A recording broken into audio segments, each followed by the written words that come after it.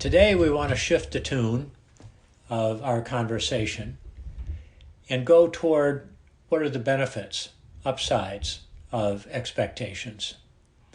So being an old strategy and planning person, the first thing that popped into my mind was that when we have expectations in the form of plans we form, whether they're just ideas or activities, or we even go so far as in organizations to attach numbers to them and create budgets. Once things have actually happened and we have results, we can compare our actual results to what we planned. And in that, there can be some pretty useful learning. We can learn about the underlying assumptions that we made that may or may not have come true. We can learn about the quality of our planning efforts. How skillful were we in forming results and strategies to get there? And how skillful were we in executing against our plan? So 3 areas of learning that comparing, calibrating actual versus plan gives us information about. And with that information, going forward, we can then become even more skillful in the way we plan and the way we prepare for the future. Another benefit of having some expectations or plans. When we plan skillfully, then we can be in this territory of being committed to our plans without being attached to the results. Commitment to a plan arises from being clear as to what we care about, what we want the plan to accomplish. And that stands in contrast to attachment. Attachment arises when we are not really paying attention to the 3 P's or the 4 C's. When we forget about the fact that life is impermanent, that these things are not, that there's an uncertainty attached to the future. When we forget about how life is not perfect, stuff happens. And when we forget about or end up taking things personally, that's where the attachment issue can really become problematic. I need to have these results, and I'm taking it personally when the results don't happen. Now, none of us says that at the outset, but that creeps in so easily. And these things can creep in, this taking it personally, forgetting about impermanence, when we forget about the 4 conditions of being human that are beyond our control. We forget about how those conditions show up in each of us individually. All of that can lead us into this territory of attachment. So those are the things that can be problematic. There's this other aspect, though, of expectations, which is really a fabulous territory. And it's this so-called Pygmalion effect. And it's what leaders and teachers do, what we do as parents, when we exhibit an underlying confidence in the ability of our children or team members, or even in this group of people here, that they can do what is being set in front of them.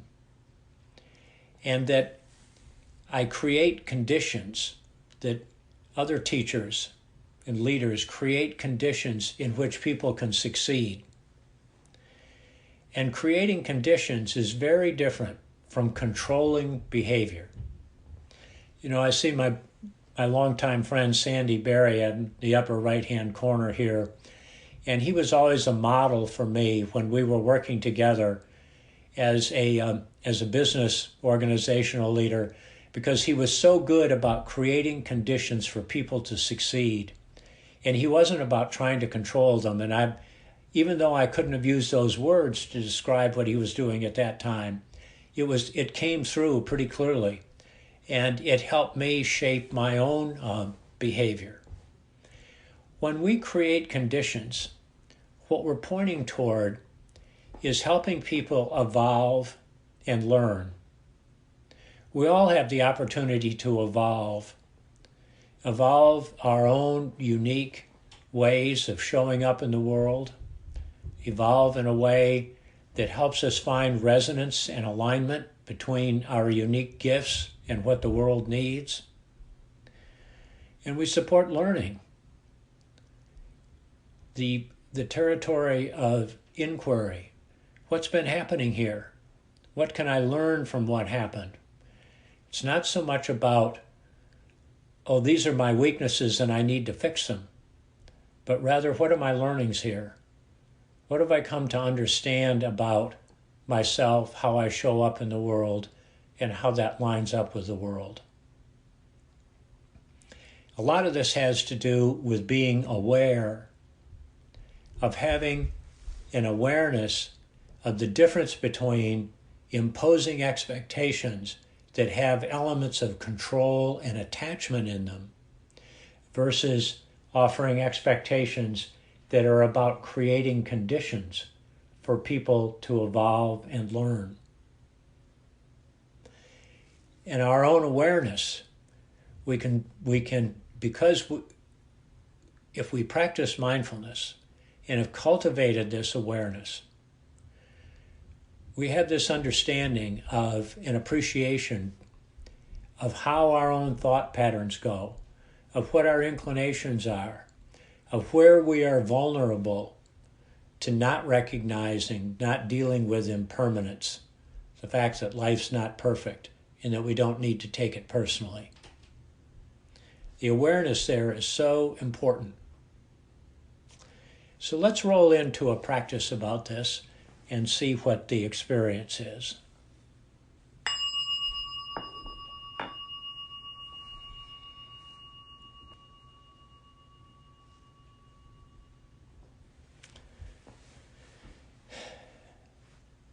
As we settle in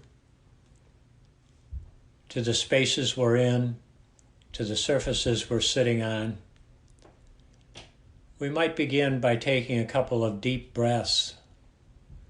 We've been in a cognitive place for a while. That generates often some extra tension and energy. A couple of deep breaths to let go of that extra tension and energy. Letting go on the out-breath.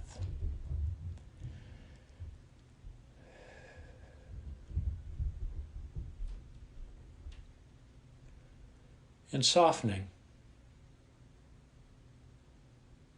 Just allowing our bodies to soften. Allowing our minds to be a little more malleable. Allowing our hearts to soften.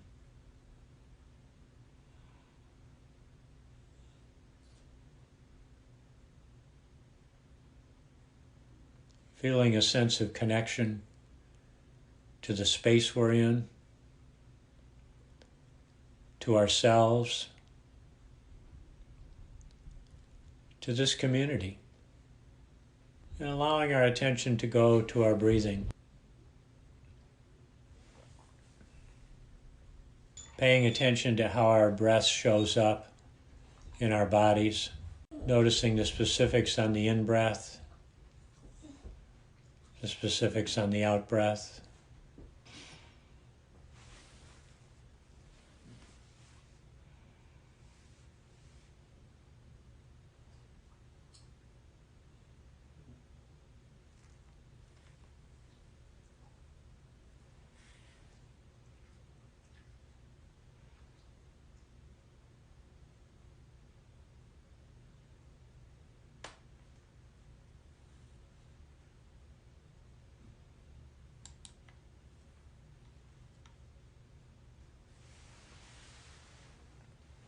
And expanding our awareness now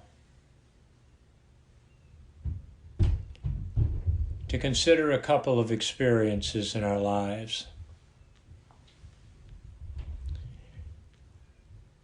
And beginning by recalling an experience when someone else held very strong expectations about how you should or ought to be or behave.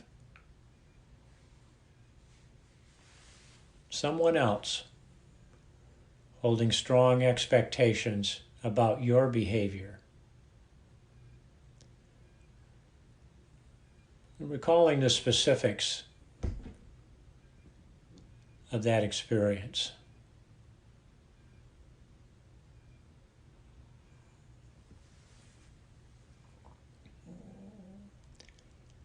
Noticing what thoughts arise.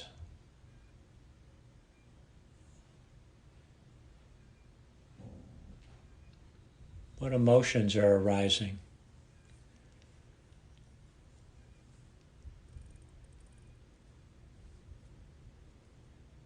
And where are you experiencing those should or ought expectations in your body?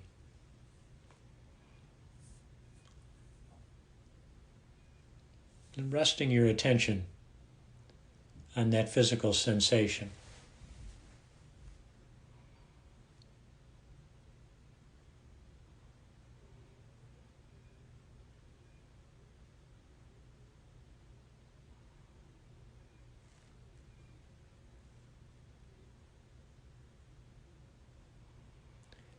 And now letting go of that experience, noting your breathing for a breath or two.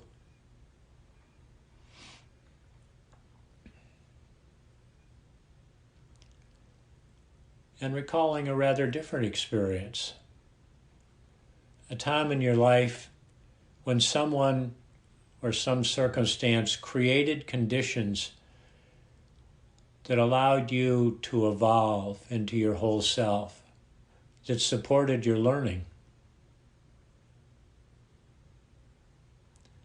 Conditions supporting your evolving and learning. And recalling the specifics.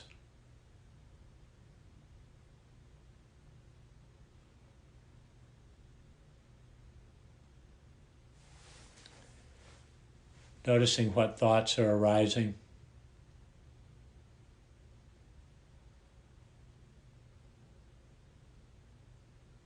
What emotions are arising.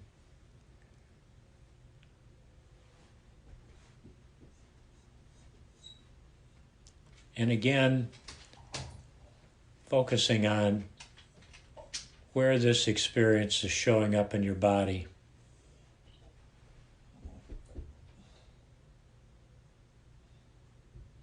Noticing the sensations and just being with them.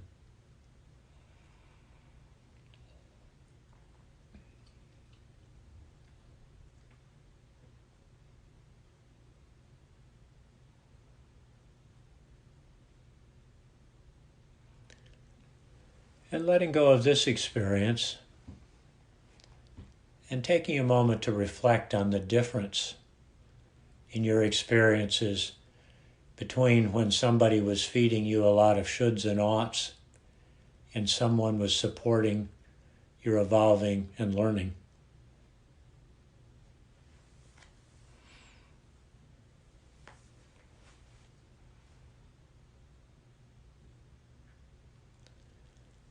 Taking a moment to form an intention about how you want to show up in a relationship with another.